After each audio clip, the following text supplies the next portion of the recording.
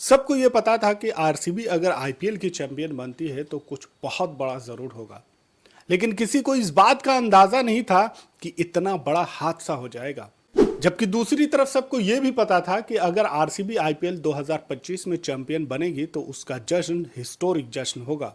लेकिन किसी को इस बात का अंदाजा नहीं था कि ये जश्न, ये सेलिब्रेशन इतना ज्यादा हिस्टोरिक हो जाएगा कि उसे बरसों याद किया जाता रहेगा। और अब सबकी जबान पर यही है कि आरसीबी का ये सेलिब्रेशन इतना हिस्टोरिक नहीं होना चाहिए था, क्योंकि आरसीबी को 17 साल के बाद एक सेलिब्रेशन मिला और उसमें उनके फैंस के बहुत सारे घरों के चिराग उजड़ गए।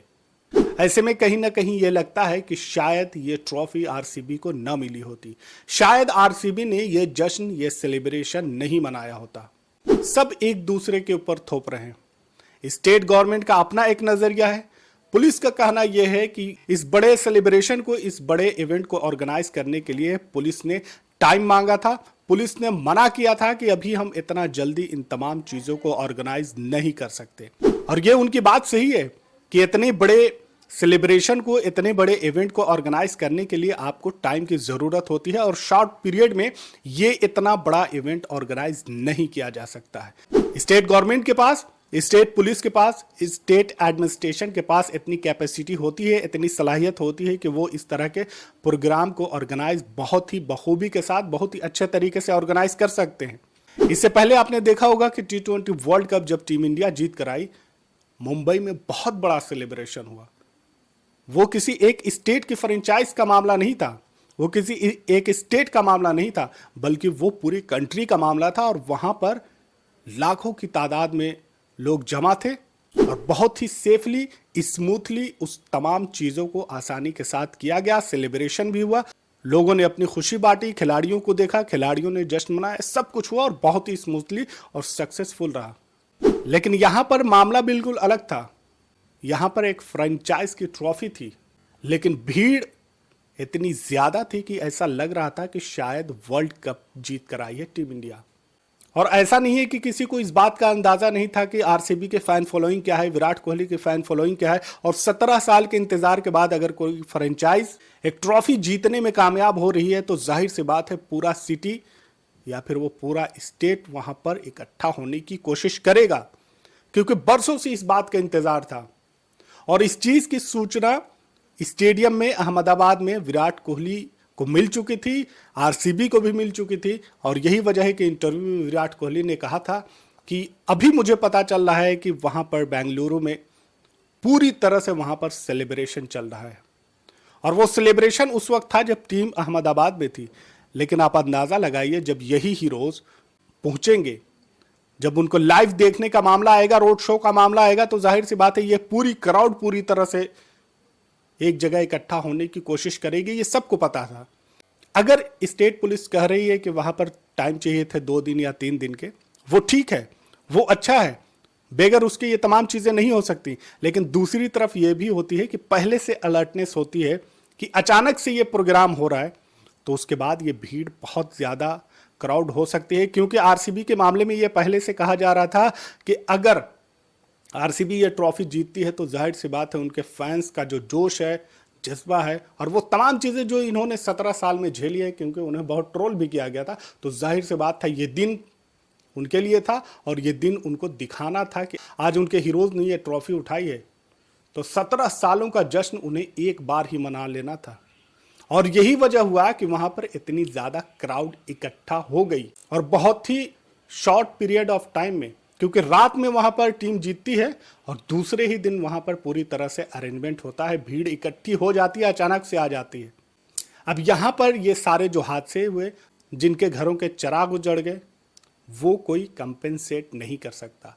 कंपेंसेशन चल रहा है, स्टेट क्रिकेट एसोसिएशन की तरफ से कंपेंसेशन दिया जा रहा है, आरसीबी की तरफ से कंपेंसेशन दिया जा रहा है, इसके अलावा बीसीसीआई की तरफ से और सेंट्रल गवर्नमेंट की तरफ से। लेकिन वो कंपेंसेशन कुछ नहीं होता है, आप उसको नहीं ला सकते जो इस दुनिया से चला गया। लेकिन वो जो दर्द, वो जख्म, वो जुदाई, वो तड़प, उसका अंदाजा सिर्फ उसी को हो सकता है जिसके घरों के चिराग उजड़ गए। आरसीबी को ये ट्रॉफी हमेशा याद रहेगी, लेकिन दूसरी तरफ वहां पर ब्लैक स्पॉट भी वहां पर रहेगा कि जब आरसीबी ने ये ट्रॉफी जीती तो उसके साथ क्या मामला हुआ। और जब भी आईपीएल आएगा, जब भी आईपीएल ट्रॉफी का जश्न मनाया जाएगा तो उस फैमिली के दर्द एक मर्तबा फिर से वहां पर उभर जाएंगे। अभी यहां पर एफआईआर भी हुई है आरसीबी के खिलाफ, स्टेट क्रिकेट एसोसिएशन के खिलाफ, वो कंपनी डीएनए जिसने इस पूरे इवेंट को ऑर्गेनाइज किया था उसके खिलाफ। एफआईआर होने के बाद कुछ लोगों की गिरफ्तारी भी हुई है। लेकिन चौंकाने वाली बात यहां पर एक और है कि उस इवेंट में सिर्फ आरसीबी के मुखिया मौजूद नहीं थे, बल्कि स्टेट के मुखिया भी मौजूद, सीएम साहब भी उस प्रोग्राम में मौजूद थे। स्टेडियम के अंदर पूरा स्मूथली ये प्रोग्राम चल रहा था, लेकिन बाहर मामला कुछ और ही था। स्टेडियम के अंदर लोग खुशी मना रहे थे, लेकिन स्टेडियम के बाहर हुए हादसे की वजह से लोगों में गम था, गुस्सा था, लोग तड़प रहे थे, लोग चीख रहे थे।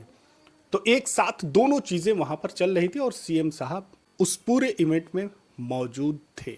और अगर पुलिस ये कह रही है कि यहाँ पर टाइम नहीं दिया गया, बहुत जल्दी अरेंज किया गया, तो फिर वहाँ पर सीएम साहब कैसे पहुँचे? ये तमाम चीज़ें हैं। इसमें बहुत सारे सवाल हैं कि आखिर इसका जिम्मेदार कौन है।